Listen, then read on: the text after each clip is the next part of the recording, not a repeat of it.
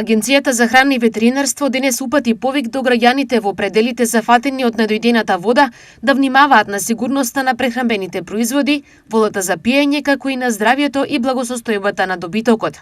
Доколку во регионите каде веќе има излевање на реките и поплавување на домовите и земјоделските површини и водоснабдувањето се врши од индивидуални водоводни објекти, ако има видливо заматување на водата, истата да не се користи за пиење и за готвење, се до санирање на состојбата и добивање на лабораториска потврда дека водата е безбедна.